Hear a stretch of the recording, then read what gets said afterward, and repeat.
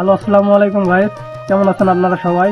আশা করি সবাই ভালোই আছে। তো আজকে যে ভিডিও নিয়ে আমি আপনাদের সামনে উপস্থিত হয়েছি সেটা হলো একটা খেজুর গাছ থেকে কিভাবে রস নামে বা সেই রস থেকে কিভাবে লালি হয়, আমি সম্পূর্ণ ভিডিও আপনাদের মাঝে আজকে তুলে ধরবো। তো চলেন আজকে সম্পূর্ণ ভিডিওগুলো আপনাদেরকে আমি দেখাই।